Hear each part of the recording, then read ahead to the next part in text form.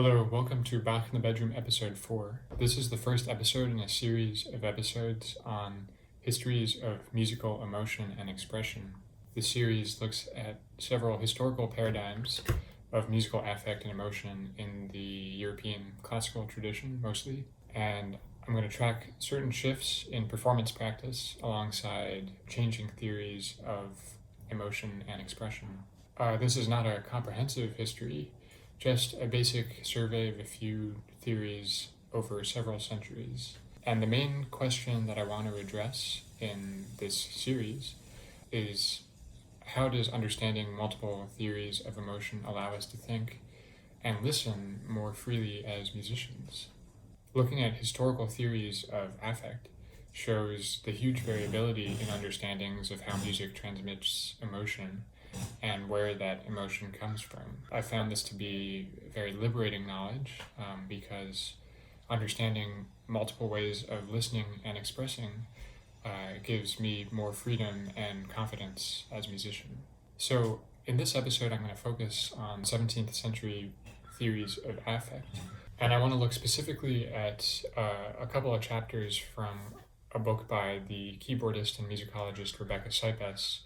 Her book is called Curious and Modern Inventions, Instrumental Music as Discovery in Galileo's Italy, published in 2016. And this book focuses mainly on 17th century or Seicento instrumental music. So early modern theories of musical expression were very different from romantic ideas of self-expression. They were focused less on the idea of expressing inner emotions and more on the idea of representing and collecting specific human affections and passions like anger, pleasure, love, tenderness, etc.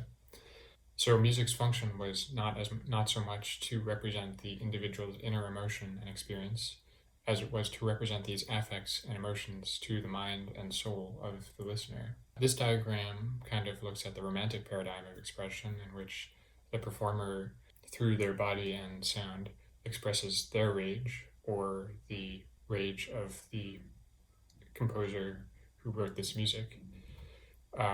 In this diagram, which looks at the early modern paradigm, it's actually the physical motions and sounds coming from the instrument, which represent the affect of, for example, joy to the mind and soul of the performer and listener. So representation in this sense means not only the artistic imitation of objects in paintings or musical pieces, but also the way in which the mind turned the body's sensations into knowledge and understanding. So if in this diagram we see artistic representation, that is the representation of the person in the painting, then in this diagram we see mental representation. The person is viewing the object, the physical object of the coffee mug, and the physical object of the coffee mug is translated and represented by the mind as knowledge of the coffee mug. So Rebecca Cypess looks at not only musical pieces and treatises, but also writings by painters and dancers as well. For example, she looks at the writings of the 16th century Italian painter Giovanni Lomazzo, who talks about the importance of capturing physical motion in painting. Lomazzo explained that artists must discover all the several passions and gestures which man's body is able to perform, which here we term by the name of emotions, for the more significant expressing of the inward affections of the mind by an outward and bodily demonstration, so that by this means men's inward motions and affections may be as well, or rather better, signified. So Lomazzo is pointing to the way in which, in painting, the painter attempts to capture the inward affections and emotions of the painted subject through a faithful representation of their physical emotions and postures.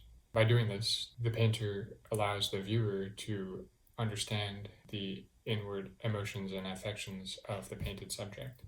From here, it's not too much of a conceptual leap to think about the importance of physical motion in painting and the importance of physical motion in music. So Cypess looks at the toccatas of the Italian keyboardist and composer Girolamo Frescobaldi, who refers in his toccatas to the affetti cantabili, the song-like affections, and suggests that through the execution of learned musical techniques, the player has the capacity to produce an emotional response in the listener.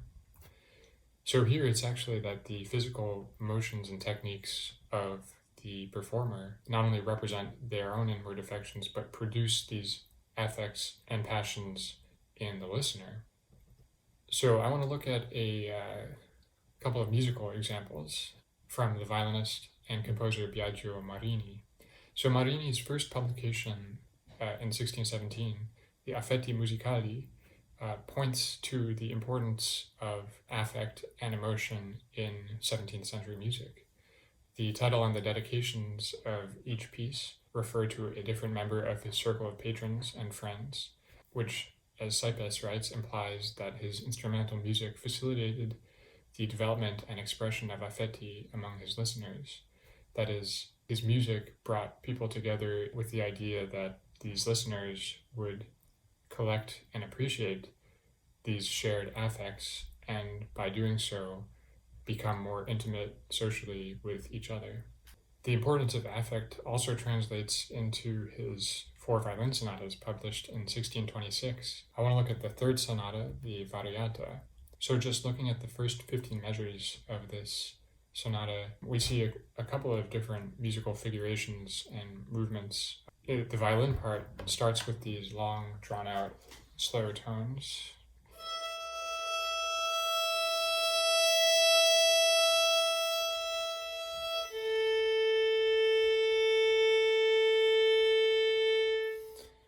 But it also moves into these quicker figurations.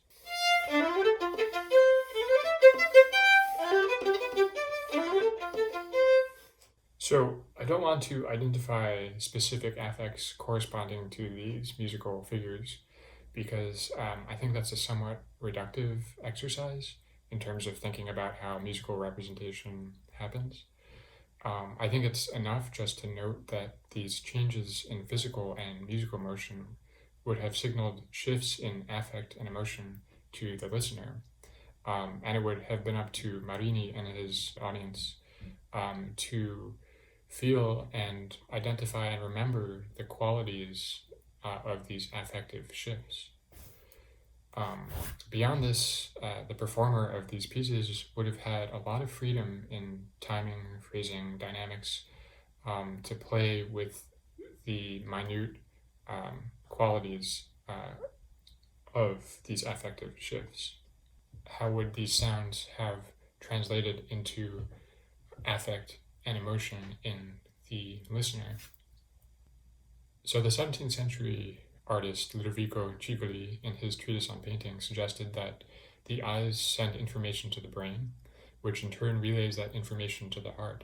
It is this relay between mind and heart that allows the translation of the physical into the emotional. So in this understanding of mental representation, the physical motion of the painting or the sculpture or whatever it is enters the eyes, and the eyes are a kind of mirror which reflect this physical motion into the mind, and the mind in turn sends this to the heart as the instrument of the soul, and the heart sends these physical motions into the body as emotions and affects. Cigoli had a correspondence with Galileo Galilei, in which Galileo suggested that instrumental music might form a similar kind of process in which sonic motion or sound would enter the ear, be translated into the mind and into the heart and body as affect and emotion. So now I'm going to perform the first 15 measures of the Variata with my good friend and collaborator Coleman Itzkoff. And I want to invite you to hear these different musical figurations and shifts in speed and sound and dynamic and tempo. And rather than identifying what these shifts mean as specific affects or emotions, just kind of noticing these shifts as different affective qualities. You don't need to identify what these qualities are, just notice and observe them. And in this way, we can start to get a picture of this music as a network of physical and sonic motions, which correspond to, again, a complex network of variable and changing emotions and affects, which are just a part of our everyday lives and experience.